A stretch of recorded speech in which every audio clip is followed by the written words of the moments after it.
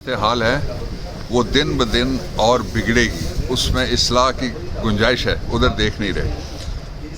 بگڑے گی کیسے؟ بگڑے گی اس طرح سے کہ انڈیا کے ساتھ جو معاہدے ہوئے ہیں امریکہ کے، وہ آپ کے سامنے ہیں۔ ہم F-16 میں کھڑے ہیں اور وہ F-35 تک پہنچ گئے ہیں۔ ایک دوسرا، ان کے ساتھ انہوں نے تیل کا، گیس کا معاہدہ کیا ہے، اربوں ڈالر کا، ان کو اور آرمامنٹس وہ دے رہے ہیں، وہ معاہدہ انہوں نے کیا ہے۔ ایک انٹرنیشنل نیا ٹریڈ روٹ بنا رہے ہیں، وہ انہوں نے ان کے ساتھ معاہدہ کیا ہے۔ ہم اپنے لوگوں کے اوپر غصے سے بھرے ہوئے ہیں اور ہم اپنے لوگوں کے خلاف جتنا ریاست کی انرجی ہے اس کو استعمال کر رہے ہیں۔ تو اس طرح سے کیا سلجھے گا؟ جب یہ گورنمنٹ آئی تھی تو کہا گیا تھا کہ ہم حالات بدلیں گے معاشی طور پہ اور پاکستان تبدیل ہو جائے گا۔ کیا تبدیل ہو گیا؟ آنسر از نو۔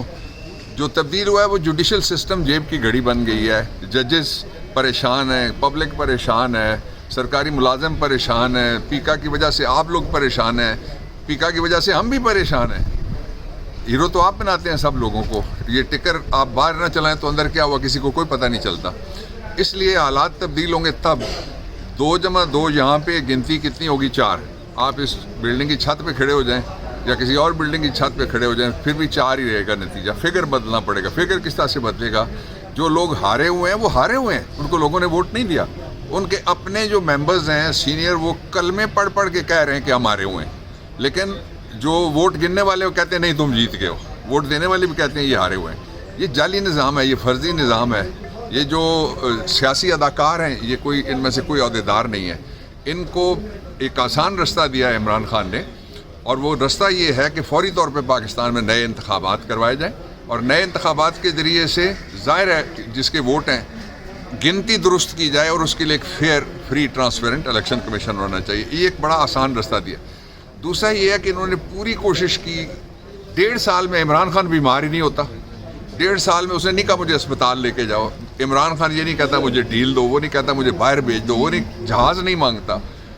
یہ سارا یہ ظاہر کرتا ہے کہ وہ اور قوم، عمران اور قوم ایک پیج پہ ہیں، ادارے پیچھے رہ گئے بدقسمتی کے ساتھ، ادارے علیحدہ ہو گئے بدقسمتی کے ساتھ۔ اداروں کی اہمیت جو کانسٹیٹیوشن کے اندر ہے وہ صرف اتنی ہے کہ وہ ریاست کی مدد کریں گے، لوگوں کی فلاح کے لیے پیچھے کھڑے ہوں گے الیکٹڈ گورنمنٹ کے۔ وہ کام نہیں ہو رہا۔ اس لیے اگر کوئی یہ سمجھے کہ عمران کے بغیر استحکام آئے گا تو میں اس کو بتانا چاہتا ہوں کہ جب عمران تھا تو استحکام تھا، عمران آئے گا تو استحکام آئے گا۔ آخری بات یہ ہے کہ جو پیکا ہے اس کا نتیجہ بڑا خوفناک ہونے والا ہے، اس لیے کہ بڑے پیمانے پہ کریک ڈاؤن ہو رہا ہے۔ ابھی خبریں مختلف جگہ سے آ رہی ہیں، چھوٹے چھوٹے اسٹیشن سے انہوں نے شروع کیا ہوا ہے۔ یہ سب پہ ہاتھ ڈالیں گے۔ ہاتھ پڑ بھی گئے، کچھ اینکرز ایسے ہیں جن کو ابھی بھی لے آف کیا گیا ہے۔ بڑی بدقسمتی کی بات یہ ہے، اور یہ اگر حالات رہے تو مزید پاکستان کے لیے مشکلات ہوں گی۔ جو پاکستان کے بارڈرز ہیں، 2 ویسٹرن بارڈر ہے، ایرانین بارڈر ہے، وہ کتنا گرم ہے آپ کے سامنے ہے۔ اس لیے ہوش کے ناخن لینے چاہیے فیصلہ سازوں کو، اور فیصلہ سازی صرف یہ ہونی چاہیے کہ لوگوں کو فیصلہ کرنے دیں۔ آپ فیصلے کر کے ہمیں نہ بتائیں کہ کوئی آپ کی تابع داری کرے گا۔ پاکستان تحریک انصاف، عمران خان دونوں نہیں کریں گے۔ سر، پی ٹی آئی کے مطالبہ شفاف نئے انتخابات ہیں یا جو پرانے انتخابات میں مینڈیٹ کی واپسی؟ نئے، فوری، fair, free, transparent election Imran Khan کا بھی مطالبہ ہے، میرا بھی مطالبہ ہے، پاکستان تحریک انصاف کا مطالبہ ہے، وقت کا بھی مطالبہ ہے، قوم کا بھی مطالبہ ہے۔ قوم تنگ آئی ہوئی ہے۔